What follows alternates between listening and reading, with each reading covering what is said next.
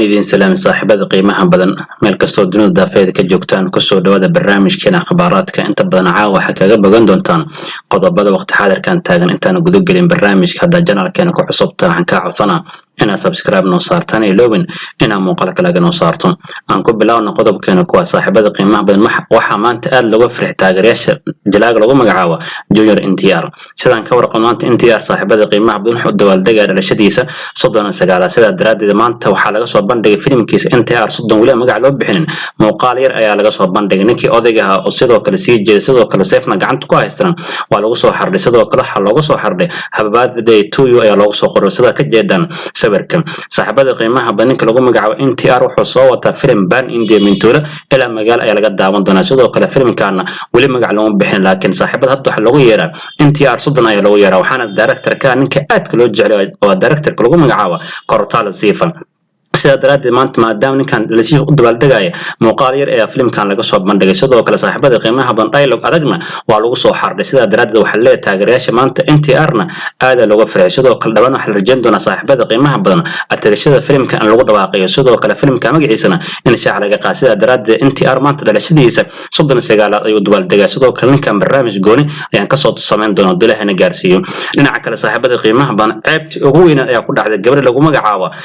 Kangana run sidaan ka warqabna Kangana maanta waxa tiyaatarada loo saaray filimkeeda weyn lagu magacaabo dhaakad kaas oo ah saaxiibada qiimaha badan action iyo trailer isku jir sidoo kale filimkan waxa ciidan cunsiina filimka weyn lagu magacaabo Barboyato hogaamiye ka yahay Kartig Aryan sida daraaddeed waxa la fiirin doonaa labadan film iyo waxyaabaha hadda u qabsoomay maadaama box office India ay xog sir ay soo daawacday sida qiimaha badan filimkan lagu magacaabo Barboyato saake wuxuu ku formay 30% ayuu ku formay sidoo kale filimkan aad qoysaska u daawanaya sidoo kale filimkan sheekadiisana aad loo amaan sidoo kale saaxiibada qiimaha badan hadda inta la hadlay barnaamijkan wuxuu maraa filimkan 75% ayuu tiyaatarada garaaca sidoo kale capacity loogu tiragalna waa buuxan showiska sidoo kale saaxiibada qiimaha badan filimkan sida hadda box office India leedahay meelaha ugu fiican oo ganacsiga ka sameynaya saaxiibada qiimaha badan oo magaalooyinka weyn sida Delhi Mumbai sidoo kale agagaaraha Bombay sidoo kale agagaaraha saaxiibada qiimaha badan Bombay ganacsi aad ka sameynaya sidoo kale gobolada fafogna ganacsi ay ku sameynaya sida gobolada Rajasthan sidoo kale saaxiibada qiimaha badan dhankaasi ku jiraadna filimkan oo ku wanaagsan sida hadda ay leedahay shabakada box office India saaxiibada qiimaha badan filimkan marka hore waxa lagu sharatamay in maalintiisa koowaad dhiiwankiisa ganacsi uu sameeyay ay noqon doonto tirada xisaabta loo gadlaha inuu gaari karo sida daraaddeed hadda waxay leedahay shabakada box office India filimkan Barboyato 15 karoor ayuu maalintiisa koowaad keen doona waa lacagta nadiifka sida hadda box office India ay u darsaysa maadaama filimkan si xawli ah ay qoysasku daawanayaan sidoo kale filimkan saaxiibada qiimaha badan ganacsi adag uu sameeyay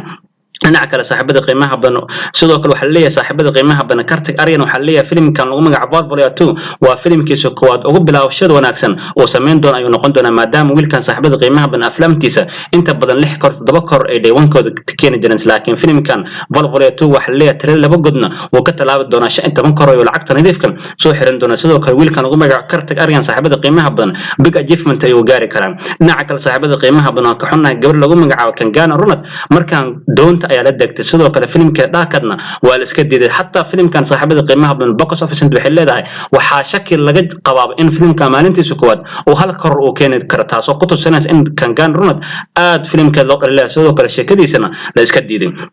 saaxiibada qiimaha badan shabakada loo yaqaan box office India waxay leedahay Kangana waxa uu fiicnaan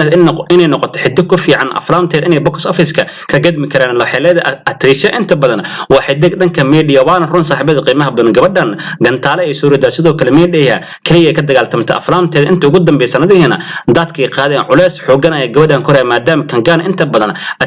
atrishadan saaxiibada qiimaha badan super sarad ay haystaan Bollywoodka lama shaqeyso ay ka faantaa sidoo kale waxay tiraahdaa aniga nin sidoo kale ragga la sida daraaddeed aflaamta ugu dambeeyay sanadihii ay sameeynayay atrishan saaxiibada qiimaha badan dadka ka wada qaadaan sidoo kale filimkeeda dhaakadna rajo fiican ayaa laga qabay sida daraaddeed filimkana haddana doonta ay la degayso waxa la leeyahay maalintiisa koowaad waxaa qatar ah hal karoor inuu keeno ogaal saaxiibada qiimaha badan hal karoor sicirka maanta lagu jaangoy hadda in la hadlay barnaamijka waxay u dhigantaa lacag gaaraysa 130,000 oo doolarka Mareykanka ay u dhigantaa sida daraaddeed labadan filmood maanta markay dhameystaan ganacsigooda Britain la soo daawac barnaamijyadeena dambe ay ka ogaan doontaa laakiin waxa la leeyahay filimkan dhaakad rajadiisu meesha ka bixi doontaa maadaama filimka miisaanid adagna uu xambaarsan maalintiisa koowaadna hal koror ka yar hadduu keenana shoogay noqon doontaa meeshana lagu kala orday noqon doontaa markaan saaxiibada qiimaha badan aan soo qaadana filimkii weynaa sarkaari baari bata maadaama filimka maalintiisa sideeda u dhameystay sidoo kale filimkan ganacsigiisa ayaan isla fiirin doonaa filimkan saaxiibada qiimaha badan hogaamiyey Suldaan Mahesh Babu maalintiisa sideeda dhankaasi Telugu wuxuu ka soo xareeyay canshuurta kor lacag gaarayso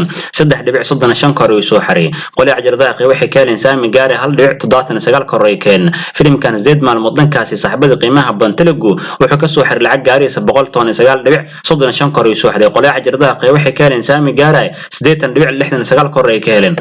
saaxiibada qiimaha badan Hindi inteeda kale wuxuu ka soo xir lacag gaarayso 5.9 karoor ofasiiskam suuqyada caalamka wuxuu ka soo xir lacag gaarayso 12 karoor bar filimkan ganacsigiisa waxa loo yaqaan World Gross dibadal markaan isku darno wuxuu soo xiray 155 karoor bar ayuu soo xiray qolay ajaradaha qeyb waxay ka heleen saami gaaraya 98 karoor ay ka heleen sidoo kale ogaada marka horna filimkan waxa lagu iibsaday lacag gaarayso 120 karoor soo dhameystir u noqdo waxa laga rabaa inuu dib u soo lacag gaarayso 121 karoor darajadaas waxay kaga dhimantaa lacag gaarayso 23 karoor markuu dib u soo celiyay ayo filimkan noqon doona wax loo yaqaan karin hidama hid dhamaystiran dhinaca kale saaxiibada qiimaha badan filimkii weynaa KGF iyo tartoo filimkan asna wali saaxiibada qiimaha badan iska xariiftamaya filimkan sidoo kale 36 maalmood oo tiyaatar uu saarayaan ganacsigiisa guud ayaan isla fiirin doonaa ganacsigiisa guud filimkan 32 maalmood saaxiibada qiimaha badan World Gross dibadal marka la isku daro wuxuu soo xiray lacag gaarayso 1915 karoor ayuu soo xiray qolay ajardaaqay waxay ka heleen lacag gaarayso 594 karoor ay ka heleen